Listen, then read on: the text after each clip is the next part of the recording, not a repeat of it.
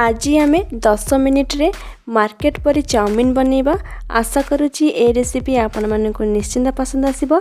नमस्कार सांग माने ओडियाजियाएसएम को आपण मानक बहुत बहुत स्वागत। तो चलते देखि नबा आज रेसिपी।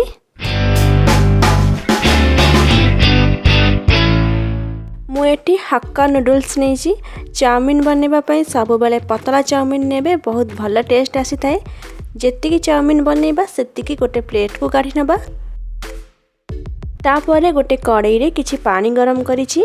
नूडल्स रे फ्लेवर आसीबा पई एबे एथिरे गोटे छोटो चम्मच लूण देई दबा, 2 छोटो चम्मच तेल देबा, तापरे नूडल्स को दे सिझै नबा।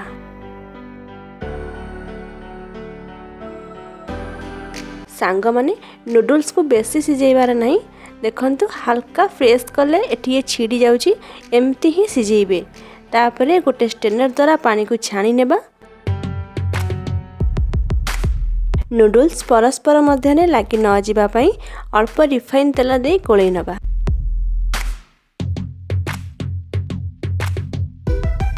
परिबा भितरु किछि बंधा कोबी को एमिति पतला पतला लंबा लंबा करी काटि नेछि।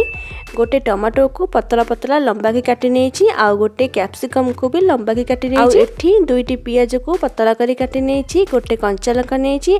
आ एठी 7 रु 8 कला रसुन को काटि नेछि। तापरे गोटे कड़ाई रे 2-3 बड़ चम्मच रिफाइन तेल गरम करि नेबा। पियाज रसुन कंचा लंका को दे भाजिबा।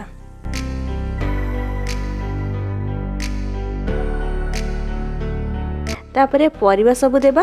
परिबा भितरु जे परिबा पसंद नुहे ताकू स्किप करि परिबे। आपण चाहिले एथिरे सोयाबीन, पनीर, मशरूम आ जदि नॉन वेज पसंद ताले अंडा की चिकन देई परिबे।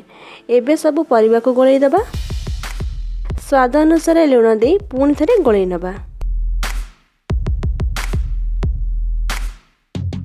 तापरे एथिरे गोटे छोटो चम्मच ग्रीन चिली सॉस, गोटे बड़ चम्मच टमाटो सॉस, 3 बड़ चम्मच सोया सॉस,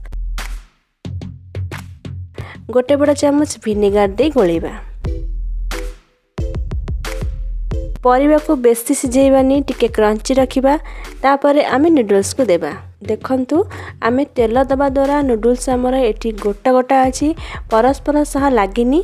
एबे एथिरे गोटे बड़ चम्मच गोलमरिचर गुंड देबा, हाफ चम्मच मीट मसला देबा। सांग माने मीट मसला ऑप्शनल अछि, किंतु देकी देखिबे भल टेस्ट आसी थाए। एबे एथिरे ऑरिगेनो देबा। तापरे चिली फ्लेक्स दे गोळै नबा। ऑरिगेनो चिली फ्लेक्स एटी ऑप्शनल अछि, आपण चाहिले स्किप करि परिबे। सब को भल भाबे मिसै नबा।